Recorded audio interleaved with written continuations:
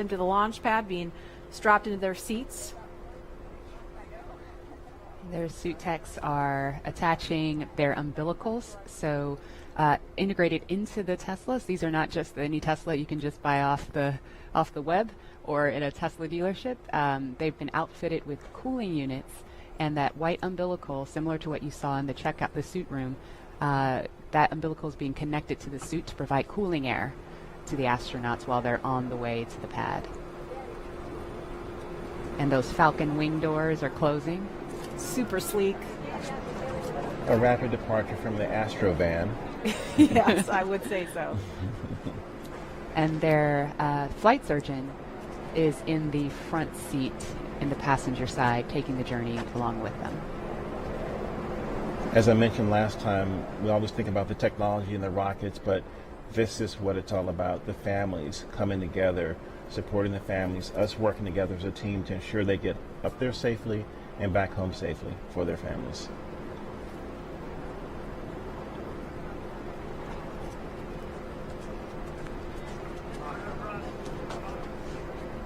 I couldn't hear everything they were saying, but I did catch Bob telling his son to be good for mom and make her life easy. As a parent, I appreciate that. See that prominent NASA meatball.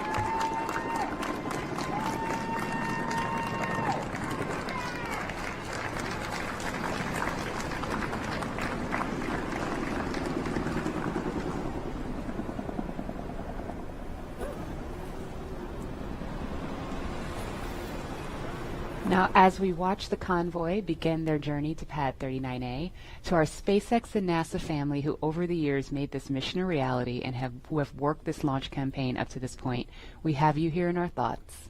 And we wish every one of you could be here to see this up close. But we want you to be part of this journey regardless of where you call home and regardless of where you're watching from today. And so for the next few minutes, we are going to follow the convoy, but highlight those whose words and hands and thoughts built all that we see here today. We hope all of you watching can feel the pride each of these NASA and SpaceX team members has for this drive out to the pad.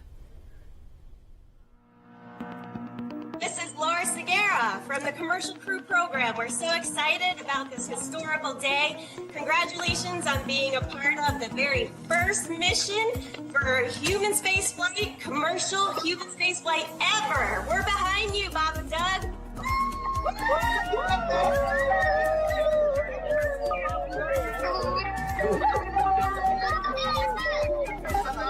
I'm Nicole from SpaceX in Cape Canaveral, Florida. Congratulations to SpaceX for hitting another major milestone, and safe travels to Bob and Doug. Bob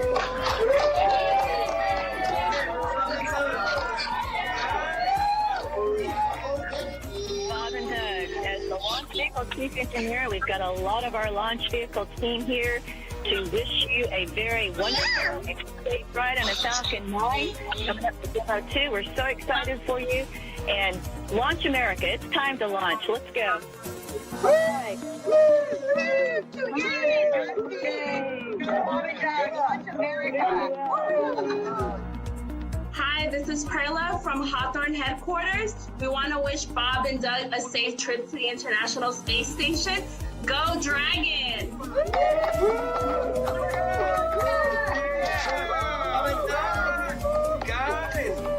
It's been 9 years in the making. This is such a historic time, and our team has worked so hard, and we're very excited to be here. Go Bob and Doug!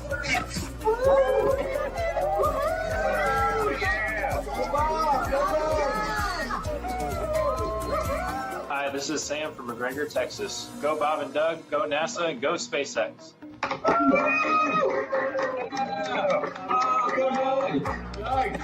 Sean O'Rourke from Johnson Space Center. Bob and Doug, wishing you a great flight. I just wanted to tell you good luck.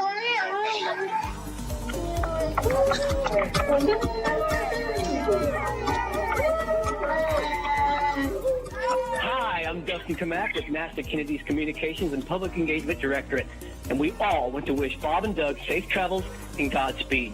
You are both an inspiration to us all. Now, let's get out there and launch America. Let's do it. Come on, launch America.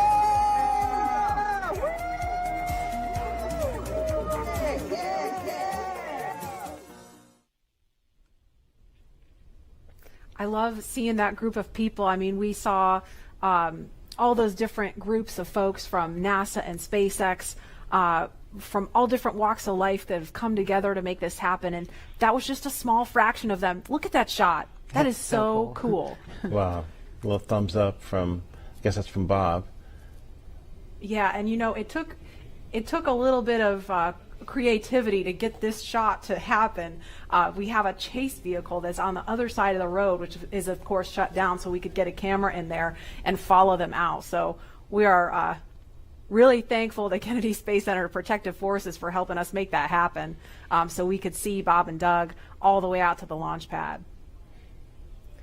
My ride out was a little bit different than what they're experiencing in this Tesla, because we had the Astrovan had bench seats on each side, and we could look across at each other as we were driving out. And it was moments where we would tell some jokes and look, but sometimes we would just look at each other, and we had such gratitude for having this opportunity to launch into space and to think about all the people that had a hand in helping us get in that vehicle to drive out to the launch pad, to get ready for this momentous moment. And I think that's probably, even though they're sitting, side by side, I think they're probably thinking of the gratitude and the people that have helped them get here, so that they can be on the, the pointy end of the rocket, getting a chance to go up to space. It's just a momentous moment. And they're listening to some tunes too, I heard, right, Lauren? Yeah. There are at least 3 songs on their playlist that are super interesting. The first is AC/DC's Back in Black. You know that one. Yeah, well, who doesn't? Right. Another one that they're listening to is the elevator music from the Blues Brothers film, The Girl from Ipanema. Oh, Leland. Okay. Got another career. That's enough. Career That's number enough. 3. That's right. NFL, astronaut, musician. Yep. And, of course, they are also listening to the Star Spangled Banner, the Army French Horns version. Now, we didn't have tunes in the Astrovan. No? And I know that the Tesla has a really kicking stereo system. Is that still the custom stereo system that's in the Tesla? I haven't been in this one, so I don't know what they're rocking, but I'm sure it's pretty cool. And again, just for some perspective, they left the operations and checkout building just a minute ago, and so it's about a 9-mile drive from there to the launch pad. It takes them around 20 minutes, kind of depends on how quickly they're trucking. The other thing sometimes that you hear as you're in the convoy is the helicopter, the Huey helicopter flying overhead, and it's kind of also, you're thinking military, you're thinking really important things, and it's a moment that also kind of solidifies in you that, hey, something big is about to happen, and that boom, boom, boom, boom, the sound of that Huey is just in your head, and it feels good that all these people are helping you get there safely. Yeah, I think we heard that actually coming by this building earlier, because we were talking, and I was like, I hope that's what I think it is. And it was pretty low because it was pretty loud. You could feel it, too. I could feel it. I took this drive yesterday in my rental car, and granted it wasn't in a Model X, and I'm not an astronaut, but driving to 39A, that same route, and trying to imagine myself in that headspace, it was pretty awesome. I got to figure out how to get on Falcon 9. Lauren, we're all astronauts. We're in space. That is true. You just got to get on the rocket. Yeah, well, Leland, there's a big group of people that want you there. I think we should, listen to them. Yeah, I'm all for it. I think we should. Maybe we should make that a poll question. Yeah. Well, we should all maybe go to space. What do you think? I am on board. I mean, not literally right now, but I would like to be on board. Lauren, would you go with us? Absolutely. Okay, poll question. We have so many people watching online, sending well wishes to Bob and Doug. I mean, it started early this week as we were ramping up for Wednesday, and I feel like it's just been this buildup of momentum because, we were following along Wednesday, and now we're all following along Saturday, and we have people watching from home that hopefully don't have to work today and can really tune into what's going on here. And we, as astronauts, truly appreciate all the support, all the social media feeds, and we think about, our families. We saw Megan and Karen there with their sons, wishing Doug and Bob well wishes and Godspeed as they head off in these Teslas to launch pad 39A that launched the Apollo astronauts. And I think, this is just one of those moments where everyone in this country is coming together to wish them well, to get them to space safely. It's a really great day. And they are just now on Saturn Causeway. They just made that right turn onto Saturn Causeway. So to the right of the screen, that building is the Operations and Support Building 2. And on the left, it's out of view right now, is the Vehicle Assembly Building, that iconic building that processed the Space Shuttle and Saturn V rocket also. That's where that mobile transporter used to take out the Apollo, Saturn V rockets and the Space Shuttle. It's just an incredible machine. And where they're passing right now, I mean, if we were to run outside, we could wave because we are off to the right of your screen there at the press site where you see a group of media there. So from this point, they've still got about 3 miles to go from here. I'll see you guys later. I'll be back in a minute. You're gonna go hop in. And obviously, it's not just Bob and Doug's Tesla. There's a number of cars in that convoy. They're being escorted by Kennedy Space Center Protective Forces and also SpaceX security. They have a flight surgeon there with them. And we've seen just a sprinkle of folks along the way. Normally, we'd have a whole lot more people out here watching this, but we really appreciate you watching online and from home. Again, wherever you are, at the beach, watching on your phone, your tablet, your whatever mobile device you have, we're going to be here every step of the journey, taking you through it moment by moment. There's a cool shot with the worm on the roof. There we go. The second place worm, yes. The second place worm. So, Leland, when I drive down this road on the way to 39A, on the left, there's that area where the crawler used to drive. Can you tell us a little bit about the crawler? Yeah, right there you can see the kind of the gravel where the crawler actually crushes that gravel almost into sand. It's so heavy. When the shuttle will go out and the Apollo Saturn V rocket will go out, and it's just, this thing moves at a glacial rate to get out there because it's got this huge rocket or shuttle on it.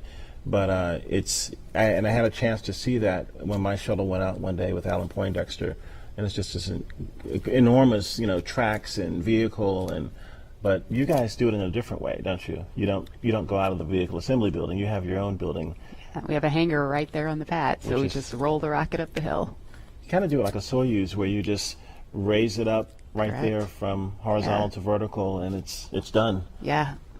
Horizontal integration, so you don't need an enormous building in order to process the rocket and mate drag into it. And then once you pin into the pad at the very top of the hill, you raise it up vertical with the transporter erector. And again, all these efficiencies to help us get people to space faster and safer. And this is going to be the future of space travel. And also the relationship between NASA and SpaceX working together as a team to get people up. And at this point, the convoy is approaching pad 39A, and they're entering what is known as the BDA, or blast danger area. Now, before any pad technicians, engineers, or astronauts enter that area around the launch pad, the SpaceX and NASA teams do an internal go, no-go poll to make sure everything is clear. This storied launch pad, which has been the beginning point for so many firsts, is the perfect backdrop for today's historic launch that marks a new first and a new era in human spaceflight.